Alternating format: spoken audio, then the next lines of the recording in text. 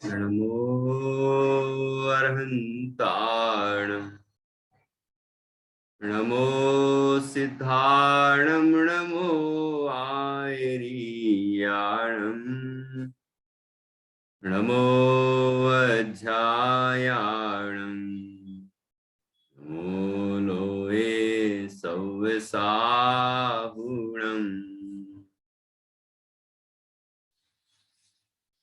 अर्हन्त सिद्ध साहू तिर्यं जीर्णं वयन परिमाहु जीर्णनिलयाय नम देवादिन्तु मे बोहि मंगलम भगवान वीरो मंगलम गौतमो गणी मंगलम कुंद कुंदाद्यो जैन धर्मोस्तु मंगलम सर्वमंगल मांगल्यम सर्वकल्याणकारकम प्रधानम सर्वधर्माणां जैनम जयतु शासनम जैनम जयतु शासनम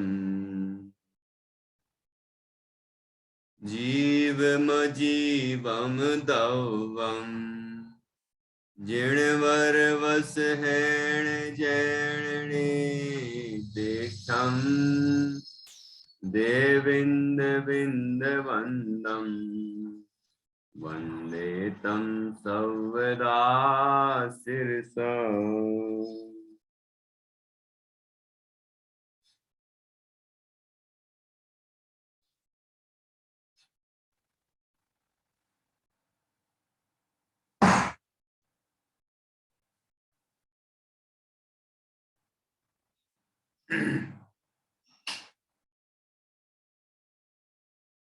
आचार्य श्री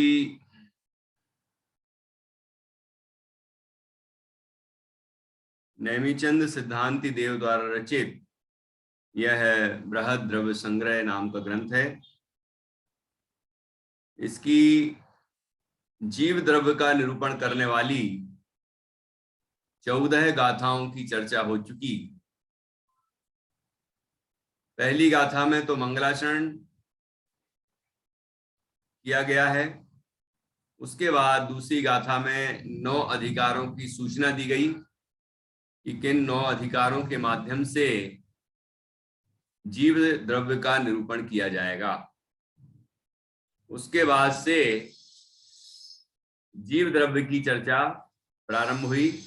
9 अधिकारों के माध्यम से जीव द्रव्य का वर्णन किया कि जीव कैसा है, मतलब हम कैसे हैं, विश्व में जितने भी जीव हैं उनका क्या स्वरूप है, व्यवहार से क्या स्वरूप है और निश्चय से क्या स्वरूप है। ऐसे सभी विषयों पर बहुत सुंदर चर्चा की। जीव जीता है तो किस अपेक्षा किस तरह जीता है ये बताया। 4 प्राणों से जीता, व्यवहार नय से, चैतन्य प्राणों से जीता है या निश्चय नय से कहा। एक गाथा, तीसरी गाथा में जीव जीता है यह वर्णन किया, जीवत्व अधिकार उसका नाम दिया। फिर उपयोग का स्वरूप, जीव उपयोग स्वरूप है, उपयोगमय है, ये बताने के लिए आचार्य ने 3 गाथाओं का प्रयोग किया। तीसरी, चौथी, पांचवी और छठवीं, चौथी, पांचवी और छठवीं, इन 3 गाथाओं में उपयोग स्वरूप का वर्णन किया। फिर 7वीं गाथा में, एक ही गाथा में जीव का अमूर्तत्व स्वरूप बताया, अमूर्तत्व अधिकार के माध्यम से, और साथ में व्यवहार नय से मूर्तिक भी कहा जाता है, ये बात भी वहां बताई। फिर उसके बाद 8वीं गाथा में कर्तृत्व अधिकार बताया। तो किस दृष्टि से जीव किन किन चीजों का करता है, परद्रव्य का, कर्मों का, कर्म भी उसमें परद्रव्य में क्षेत्र से भिन्न जो पदार्थ हैं उनका कर्ता, शरीर मन वाणी कर्म, कर्म का कर्ता किस दृष्टि से है, और अपने क्रोधादिक जो अशुद्ध भाव है, रागादि भाव, उनका कर्ता किस दृष्टि से है। और अपने शुद्ध भावों का कर्ता किस दृष्टि से है, ये सब उसमें कर्तृत्व अधिकार में बताया। तो कर्तापना बताया, तो जो ज्ञातापना बताया वो ज्ञाता को ही अकर्ता भी कहते हैं, और अपने शुद्ध भावों का कर्ता है ऐसा कहा। तो शुद्ध भाव अब वह पर्याय अपेक्षा है, तो शुद्ध नय का विषय है, उसमें एक देश शुद्ध निश्चय है, साक्षात शुद्ध निश्चय का प्रयोग होगा। और यदि अपने शुद्ध भावों का कर्ता है अर्थात अपने ज्ञाता मात्र है, यदि ये बात कही जाए तो उसी को तो अकर्ता कहते हैं परम शुद्ध निश्चय की दृष्टि से। तो ऐसी कर्तृत्व अधिकार की चर्चा की। फिर भोक्तृत्व अधिकार, जिन दृष्टियों से जिसका भी कर्ता कहा जाता है उसी दृष्टि से उनका ही भोक्ता कहा जाता है। उसके बाद फिर तो ये इसमें भी एक ही गाथा का प्रयोग किया, 9वीं गाथा। और फिर 10वीं गाथा में स्वदेह प्रमाणत्व अधिकार बताया। जीव अपने देह प्रमाण ही रहता है। संसार अवस्था में जो देह मिलता है जीव को, उसके प्रमाण आकार जीव का होता है। और समुद्घात की अवस्थाओं को छोड़कर कहा तो समुद्घात 7 प्रकार के बताए, उनकी चर्चा भी हमने की। और उसके बाद अंतिम शरीर से किंचित न्यून पुरुषाकार रूप सिद्धालय में विराजमान रहते हैं, ये बात भी बताई। और संकोच विस्तार वह नाम कर्म के निमित्त से होता है, वह स्वाभाविक रूप से नहीं होता। और जीव के असंख्यात प्रदेश हैं, लोक प्रमाण असंख्यात प्रदेश हैं, तो वो तो निश्चय से उतने ही रहते हैं। लोक प्रमाण असंख्यात प्रदेश हैं तो उतने ही रहेंगे, भले ही वो लब्ध पर्याप्त निगोदिया जीव की शरीर में उतनी सी अवस्था में रहे, उतने से संकोच रूप रहे, उतने वहां भी असंख्यात प्रदेश ही घेरेगा आकाश के, लेकिन उसके प्रदेशों की संख्या जो है वो तो लोक प्रमाण असंख्यात ही है, भले वो कितने संकुचित हो गए। इस तरह हमने चर्चा की विस्तार में स्वयंभू रमण समुद्र की महामत्स्य और समुद्घात की दृष्टि से 3 लोक प्रमाण केवली समुद्घात होता है। 3 लोक प्रमाण आकाश के प्रदेश व्याप्त हो जाते हैं, फैल जाते हैं, फिर वापस अंतिम शरीर में के बराबर संकुचित होते हैं और सभी कर्मों का क्षय करके और सिद्ध अवस्था की प्राप्ति करते हैं। वहां अंतिम शरीर से किंचित न्यून पुरुषाकार रूप सिद्धालय में विराजमान रहते हैं। तो ये 10वीं गाथा में, एक ही गाथा में चर्चा की स्वदेह प्रमाणत्व अधिकार। और उसके बाद फिर 11वीं, 12वीं और 13वीं, इन 3 गाथाओं के माध्यम से आचार्य ने जीव के संसारी पने की चर्चा की कि संसारी तरस है या स्थावर है, कितनी इंद्रिय वाला है, ये सब चर्चा की 11वीं गाथा में।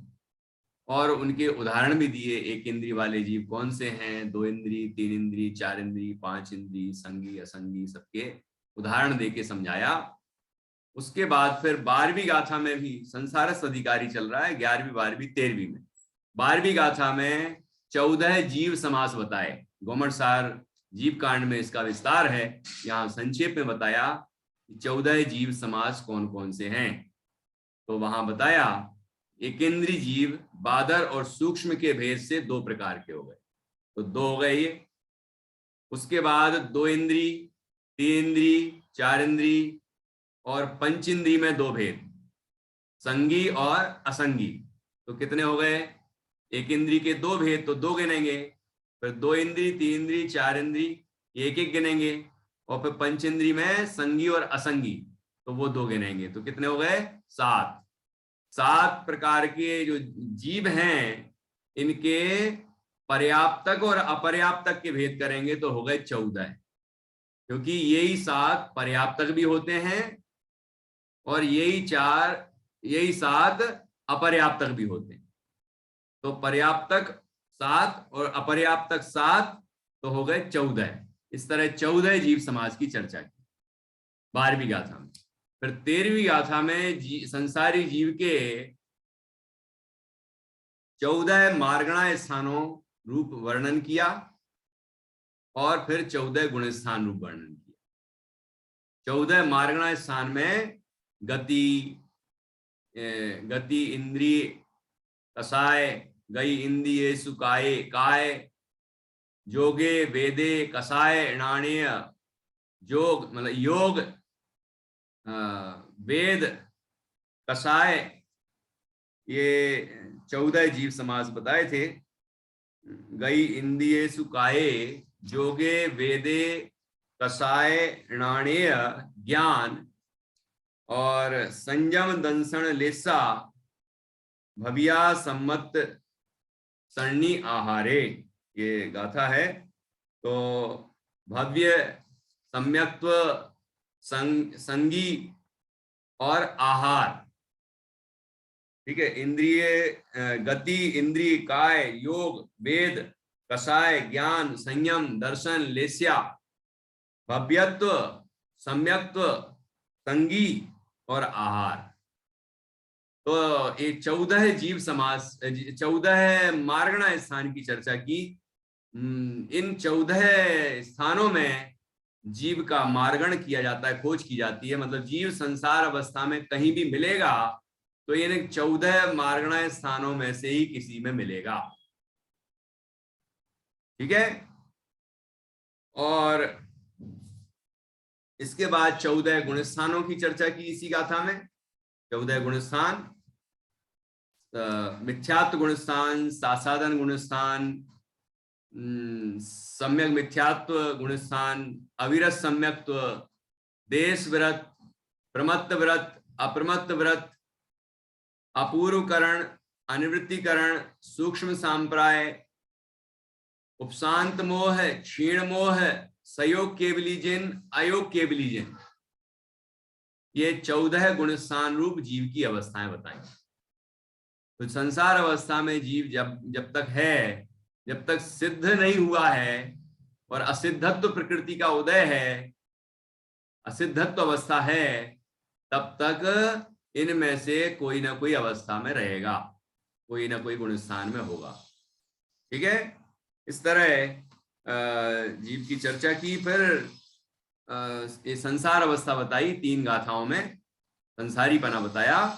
और फिर 14वीं गाथा में 2 अधिकारों की चर्चा है, सिद्धत्व अधिकार और स्वभाव से ऊर्ध्वगमनत्व अधिकार, जिसकी चर्चा हमने कल की थी।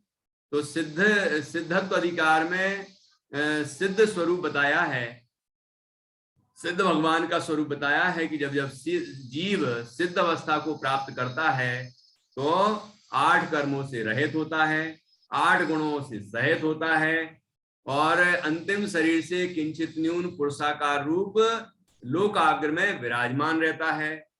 यहाँ अरहंत अवस्था 14वें गुण स्थान के बाद के अंतिम समय में जैसे ही सब कर्मों का नाश करता है, नो कर्म द्रव्य कर्म से भी मुक्त होता है, शरीर से भी मुक्त होता है, तो एक समय में सीधा ऊपर की तरफ गमन करता हुआ लोक के अग्रभाग में जाके विराजमान हो जाता है, ठीक है। तो ये स्वभाव से ऊर्ध्वगमनत्व अधिकारी की चर्चा भी होगी, जीव स्वभाव से ऊर्ध्वगमन करता है, और इसकी चर्चा भी की। और वहां सिद्ध अवस्था में जीव शाश्वत वहीं रहता है, साधी अनंत काल वहीं रहता है, सिद्ध ही रहता है, कभी संसारी फिर से नहीं होता है, ठीक है। इसलिए नित्य कहा। और उत्पाद व्यय भी होता रहता है, नई नई अवस्थाएं आती हैं, पूर्व अवस्थाओं का व्यय होता है, नया नया आनंद आता है, नया नया ज्ञान, सब कुछ नया ना, सारी पर्यायें नई नई आती है, फ्रेश, है ना। बासा नहीं खाते हैं, ताजा आनंद का भोजन करते हैं, ताजा आनंद प्राप्त करते हैं प्रति समय। ऐसा यहाँ निच्चा उपादव एहिम संयुक्ता ऐसा कहा था 14वीं गाथा में। और इस तरह 9 अधिकारों के माध्यम से लाइट चली गई हमारे यहाँ, 9 अधिकारों के माध्यम से जीव के स्वरूप की चर्चा की गई है। और अब यहाँ 15वीं गाथा से अजीब का स्वरूप बताया जाता है। तो अजीब का स्वरूप अपन समझते हैं। 15वीं गाथा है। यहां देखिए, अपन इसमें भी पीडीएफ है इसी ग्रंथ की, वो वाली पीडीएफ का उपयोग करते थे, उसमें कई कई जगह कुछ स्प्रिंट रहता था, तो हमने ये जो मेरे पास ग्रंथ है उसी ग्रंथ की पीडीएफ ये मिल गई है, तो वो आपके सामने है। जो ग्रंथ मेरे पास है वही यहाँ सामने है। तो देखिए ऊपर यहाँ पर प्राकृत गाथा के ऊपर जो लिखा है उसका हिंदी में अर्थ पढ़ता हूं। इसके पश्चात, यद्यपि शुद्ध बुद्ध एक स्वभाव जिसका है, ऐसा परमात्म द्रव्य